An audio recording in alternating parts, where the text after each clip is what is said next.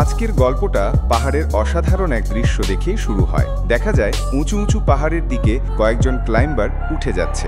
এরই মধ্যে আমরা ক্যালি আর সোফি নামের দুজন মেয়েকে দেখি। তারা পরের দিন সকালে পাহাড়ে ওঠার জন্য সব জিনিসপত্র গোছাচ্ছে। তাদের প্ল্যান ছিল পাহাড়ে ক্লাইম্ব করে ওঠা, যা প্রায় 10,000 ফুট উঁচু ছিল। ক্যালি নিজের লকেট খুলে ব্যাগে রেখে দেয়, আর সেই সময়টার কথা ভাবে যখন সে আর তার বয়ফ্রেন্ড এক পাহাড়ে উঠেছিল। তার বয়ফ্রেন্ড এখন আর বেঁচে নেই, তাই তার বয়ফ্রেন্ডের স্মৃতি মনে করে সে আবার পাহাড়ে ঘুরতে এসেছে। এরপর দেখা যায় হঠাৎ 4 জন ছেলে একটি জিপে করে পাশের কটেজে থাকতে আসে। তারা প্রচুর হইচই করতে থাকে। তাদের মধ্যে জশ নামের এক ছেলে সোফিকে দেখে এবং তার প্রতি ইন্টারেস্টেড ফিল করে। কিছুক্ষণ পর জশ মেয়েদের কেবিনের দরজায় গিয়ে নক করে। সে তাদেরকে নিজের পরিচয় দেয় আর বলে তারা রাতে পার্টি করবে, তাই পার্টিতে তারাও যেন আসে। ক্যালি না করে দেওয়ায় সোফিও শেষ পর্যন্ত না করে দেয়। এরপর আমরা জশের বন্ধুদের দেখি। জ্যাক নামের একটা ছেলে বলে যে জশের মেয়েগুলোর সাথে ঘনিষ্ঠ হওয়া উচিত নয়, কারণ তার এখন এঙ্গেজমেন্ট হয়ে গেছে। এদিকে কেবিনে সোফি ক্যালিকে বলে যে চলো না ওদের সাথে পার্টি করতে যাই, ওরা অনেক হ্যান্ডসাম। সে বলে বেশিক্ষণ থাকবে না, ঠিক সময় ফিরে আসবে। অনেকবার অনুরোধ করার পর ক্যালি রাজি হয়। রাত হয়ে যায়, ছেলেরা তাদের পার্টি শুরু করে দেয়। মেয়েরাও এসে ছেলেদের সাথে ফায়ার ওয়ার্কের কাছে বসে। সোফি খুব কথা বলে আর ছেলেদের সাথে ফ্লার্ট করে। ক্যালি চুপচাপ বসে থাকে। সোফি মজা করে জশের হাতের বড় ঘড়ি নিয়ে ঠাট্টা করে। জশ জানায় যে ঘড়িতে একটা পার্সোনাল লোকেটার আছে। সে বলে পৃথিবীর যেখানেই থাকুক একটা বাটন চাপলেই পুলিশের কাছে সিগন্যাল চলে আসবে। এরপর সোফি আর ক্যালি জানায় তারা আন্টেলা পাহাড়ের চূড়া ওঠার প্ল্যান করেছে। তখন টেইলর বলে সেও ওই পাহাড়ে উঠতে যায়, কিন্তু যখন সোফি বলে তারা ক্লাইম্ব করে উঠবে, সবাই অবাক হয়ে যায়। এরপর ক্যালি কেবিনে ফিরে যেতে চায়, কিন্তু জশ তার হাত ধরে আটকায়। ক্যালি সেটা একদমই ভালো লাগে না। সবাই বলার পর জশ হাত ছেড়ে দেয়। ক্যালি চলে যাওয়ার পর জশ চায় যে পরের দিন তারাও মেয়েদের সাথে পাহাড়ে উঠবে। সোফি হাসতে হাসতে বলে তোমার এত সাহস হবে না, তাই সহজ পথ দিয়েই ওঠো। ওদিকে ক্যালি কেবিনে ফিরে তার ক্যামেরা অন করে লুকা নামের তার বয়ফ্রেন্ডের বানানো একটা ভিডিও দেখে।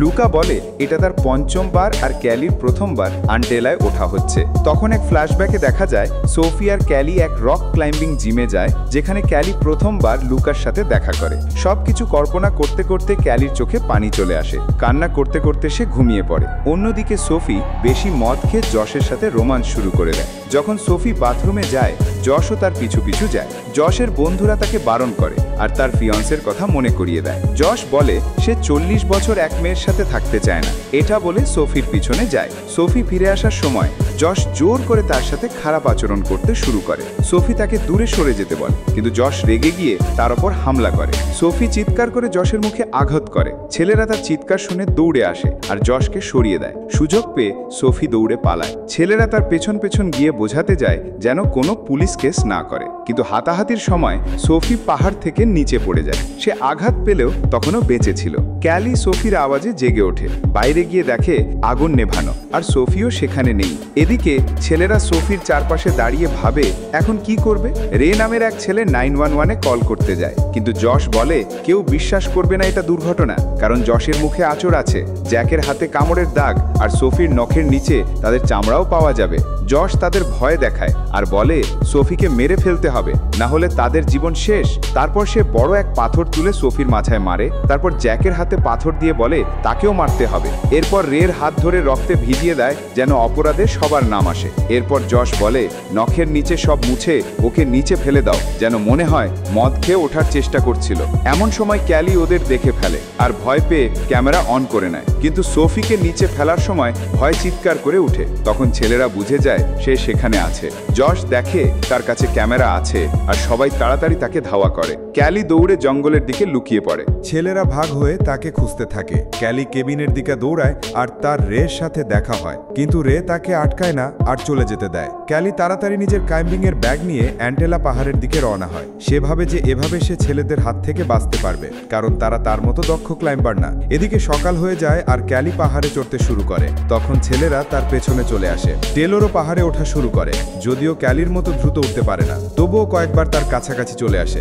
একসময় ক্যালি তার পা দিয়ে টেলরকে লাথি মারে, এতে টেলর পড়ে যায় আর তার গোড়ালির হাড় ভেঙে যায়। তার পায়ের হাড় ভেঙে বাইরে বেরিয়ে আসে আর সে যন্ত্রণায় চিৎকার করে ওঠে। যশ এটা দেখে প্রচন্ড রেগে যায় আর চিৎকার করে ক্যালিকে জানায় সে তার পেছনেই আছে। তারা টেলরকে কেবিনে নিয়ে যায়, কিন্তু হাসপাতালে না নিয়ে যশ তাকে কিছু পেইন কিলার খাইয়ে দিয়ে বলে যদি তারা 24 ঘন্টার মধ্যে ফিরে না আসে তখন সাহায্যের জন্য ফোন করতে। যশ এখন পুরোপুরি ক্যালির কাছে থাকা ক্যামেরা নিয়েই ফিরতে চায়, যেটাই তাদের খুনের প্রমাণ রয়েছে। তার কোনো পরোয়া নেই কে আহত হয় বা কে বাঁচে। বাকি 3 জন ছেলে আবার ক্যালির পেছনে ওঠার জন্য প্রস্তুত হয়। ক্যালি এদিকে নিজের ব্যাগ খুলে দেখে কি আছে যা কাজে লাগতে পারে। খুব বেশি কিছু থাকে না, তার রশি আগেই পড়ে গিয়েছিল যখন টেইলর তার কাছে আসতে চেয়েছিল। এখন তার কাছে আর কোনো ভালো সরঞ্জাম নেই, কিন্তু সে জানে এটা তার জীবনের লড়াই আর হাল ছেড়ে দেবে না। নিচে ছেলেরা ক্যালির ফোন খুঁজে পায় যা সে উপরে ওঠার সময় পড়ে গিয়েছিল।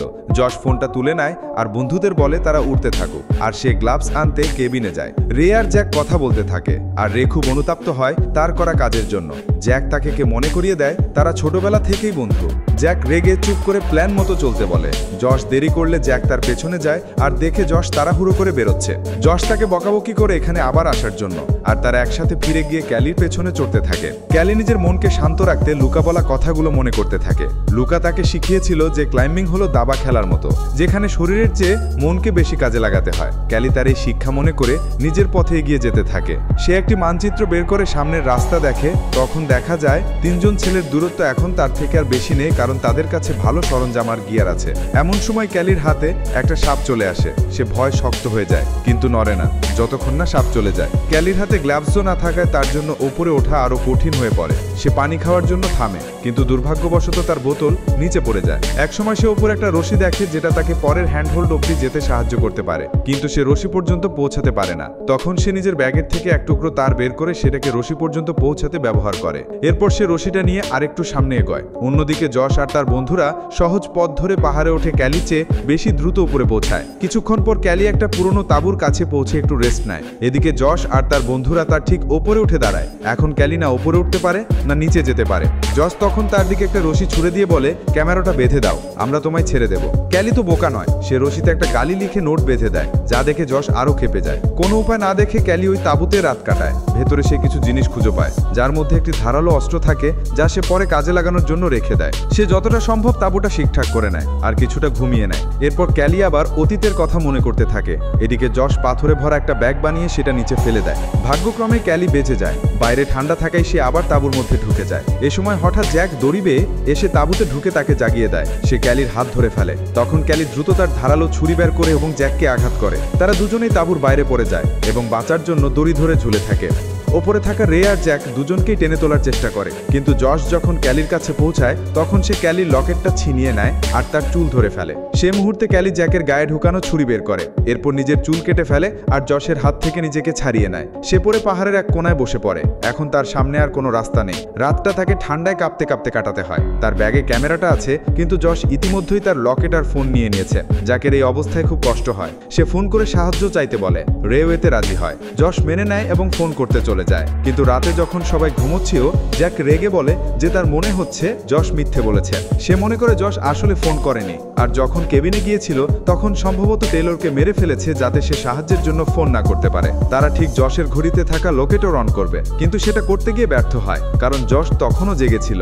সে আবার তাদের ভয় দেখায় আর সবাই ঘুমিয়ে পড়ে। রাতে যাই ঘুম থেকে উঠে যায়। হঠাৎ যশ তার মাথায় আঘাত করে আর তাকে ধাক্কা দিয়ে পাহাড় থেকে ফেলে দেয়। ক্যালি ভয় আর আতঙ্কে সবকিছু দেখে। পরে রে জেগে ওঠে আর যশ তাকে বলে জ্যাককে সে টেলরের কাছে পাঠিয়ে দিয়েছে। রে যশকে অনুরোধ করে সে ক্যালির কাছে গিয়ে কথা বলে ক্যামেরা নিয়ে আসবে। যশ রাজি হয়। রে ক্যালির কাছে যায়, তাকে খাবার দেয় আর তার বন্ধু সোফির জন্য দুঃখ প্রকাশ করে। সে ক্যালিকে বলে তাকে ক্যামেরা দিয়ে দিতে, তাহলে সে যশকে বলবে যে ক্যালিকে সে পাহাড় থেকে ফেলে দিয়েছে। কিন্তু ক্যালি জানায় যে যশ আসলে জ্যাককে মেরে ফেলেছে, কারণ সে দেখেছে লাশ পড়ে যেতে। রে বিশ্বাস করে না। ক্যালি জানিয়ে দেয় যে যশ সবাইকেই মারবে। রে তারপর ক্যামেরা নিয়ে যশের কাছে যায়। যশ ক্যামেরা খুলে দেখে এতে মেমোরি কার্ড নেই। তখন রে ফোনে সাহায্য চাইতে জ্যাককে কল করে, কিন্তু ফোনের রিং শুনে বলছে যে ফোনটা আসলে যশের পকেটে। রে যশের আসল রূপ বুঝে ফেলে। তাদের মধ্যে তখন মারামারি শুরু হয়। যশ রেকে নির্মমভাবে পেটায় আর শেষে আগুন জ্বালিয়ে তাকে মেরে ফেলে। পরে রে মৃতদেহকে রশিতে ঝুলিয়ে ক্যালির সামনে দেখায়, যাতে ক্যালি আরো ভয় পায়। এখন যশের সব বন্ধুরা মারা গেছে আর সে ক্যালিকে মারার জন্য প্রস্তুত। ক্যালি দেখে যে সেই ছুরিটা এখনো তার কাছে আছে। আস্তে আস্তে সে ওটা নিতে যায়। ছুরি হাতে নিয়ে সে আরেকটা প্ল্যান করে। যশ নেমে আসে আর ক্যালির কাছে কাছে এসে মেমোরি কার্ড চায়। ক্যালি মিথ্যে বলে যে কার্ড পাশের গর্তে আছে। আসলে সেই গর্তে সাপ ছিল।